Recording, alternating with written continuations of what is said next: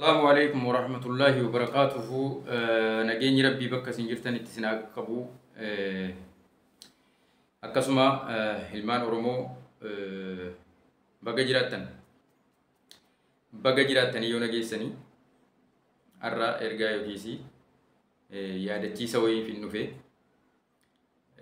فيديو كان نمنا كاي إلالوف مسلمني أورمو سكا أوف بروف كريستاني أوروموس أكنو بيكوف ريبوستي غدا يوكا شير غدا كفلتين برباچسو انرجيتو كومنتي كان كومنتين كم مال جدا كم بيا رابا جدا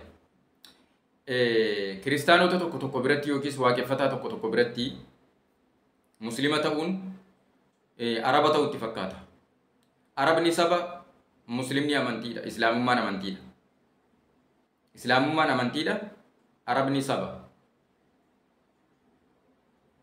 ورديت لكم عربا جنة ورديت لكم الإسلام دينا نجد ربين إسلام ما نسنيف كن نجرا عند شوف إلمنا ما تيجي أبان دي دنيدي دا أبان دي سنيدي سايتول أسيتي غانم نكون مال كي كودا بفه نم نكون كبسا أفغورا سبونا أفغورا سبونا أورومو يوكيسي كبساوان أورومو osoo sila seenaa qabsaa'ota Oromoo beekee osoo sila seenaa mashaayikota Oromoo beekee akkanan jedhu hin boonu lafumaa ka'ee hin boonu wallaalummaatu jira jechuudha. Isa kana immoo yaadachiisanii darbuun dirqama. Qabsoo bilisummaa Oromoo keessatti Oromoon akka inni of baruuf, Oromoon akka inni afaan isaatiin baratuuf, Oromoon akka inni nama ta'ee tarree namaa jiraatu, Oromoon akka inni an Oromoodha jedhee dachii Rabbiin isa uume irra jiraatuuf gahee sheekoliin islaamaa mashaayikonni islaamaa ba'an gahee olaanaadha jechuudha.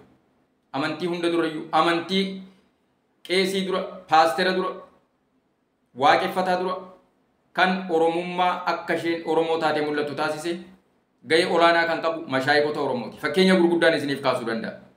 Yeroo itti oromoon gaallaan nagaarii piyaasaa eegabaam jechaa ture sana mootummaa yeroosii ati namaa jedheeti namummaa isaa barsiisee jechuudha mashaayikonni keenya. Qubee har'aa afaan Oromoo ittiin boonnu, ittiin katabnu, ittiin barannu kana kan nu halaqe mashaayikota Oromooti. Qabsoo bilisummaa Oromoo keessattis, dhukaasa qawwee keessattis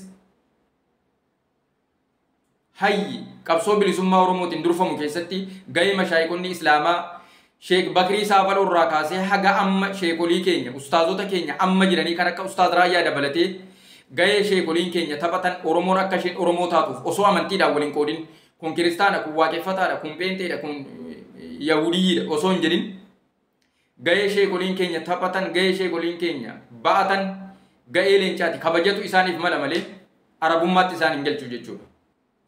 Dhugaa dubbachuun araba nama taasisa yoo ta'e qabsaa'uun sabaaf qabsaa'uun araba nama taasisa yoo ta'e araban ta'a jechuudhaan araba. Yoo dhugaa dubbachuun haqa dubbachuun araba nama taasise an araba. Siin Oromoo ta'uun dhugaa si jibbisiise yoo ta'e Oromummaan koo natti haafu. Oromummaan koo natti haafu jechuudha. Dhugaa soba dubbachuun kijiba namarra kaa'uun Oromoo nama taasisa yoo ta'e soba dubbadhee kijiba dubbadhee zannii namarra kaa'ee Oromoo ta'uu irra dhiisuu koonaa wayya araba sana ta'uu koonaa wayya jechuudha. Akkasi. Gahee sheekoliin keenya taphatan uummanni muslimaa taphate Sheek Bakrii Saabaloo irraa kaasii warra afaan Oromoo nu halaqe warra ogbarruu afaan Oromoo nu diriirse insaayikiloopiidiyaa afaan Oromoo kan ta'an Sheek Bakrii Saabaloo kan akka Sheek Mahammad Rashaad faa dabalatee sheekolii gurguddaa kan akka Haaji Adam Saaddoo irraa dabalatee Oromoon akka inni of baruuf amantii barbaade akka inni baratee qabatuuf kan godhe kan namaan qixxeesse Rabbii gaditti gargaarsa Rabbiitiin qabsoo sheekonni keenya godhanidha jechuudha. Kana beekuu qabdu. Haqa namaa awwaaluunis haqa namaa dhoksuunis yakka Rabbi biratti nama gaafachiisa. Yeroo sanattis abbootii amantaarra kan akka Qees Guddinaa Tumsaafaa jiru.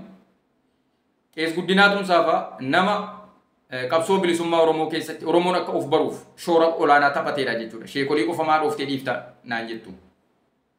Gaheen Qees Guddinaa Tumsaa, lubni Guddinaa Tumsaa qabsoo bilisummaa Oromoo keessatti Oromoon akka inni biyyaaf biyyee isaa beeku, eenyummaa isaa beeku, afaan isaa beeku gochaa turan ga'een kees guddinaatumsaas haga kanan jedhamu jechuudha. Kan akka Dr. Muhammad Rashaad fa'aa kan yeroo afaan Oromoo raadiyoo cabsa jedhamee mootummaa Habashaa yeroo sanaatiin afaan Oromoo hacuucamaa ture nama raadiyoo banatee karaa raadiyootiin afaan Oromootiin hawaasa Oromoo addunyaa kanarra jiruuf ergaa dabarsaa ture. Maal isa qofa? Sheek Muhammad Rashaad fa'aa nama Qur'aana afaan Oromootti yeroo jalqabaatiif hiike Qur'aana boqonnaa 30 kun afaan Oromoo babal'isu Oromoo eenyummaa isaa barsiisu. Maal isa qofa? Aartii keessatti anis biyyan qaba biyya caaltu biyya too Oromiyaa kan uumaan badhaatu jedhee biyya isaatiif kan walaloo barreessee addunyaan Oromoo akka isheen Oromoof Oromiyaa bartu taasise Dr. Muhammad Rashaad. Bariituu ganamoo waariituu galgaloo.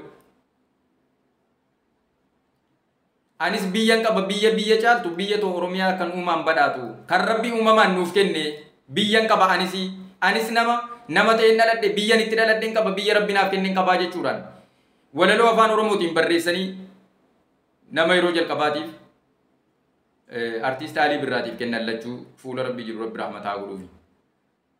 Kanaafuu hawaasni keenya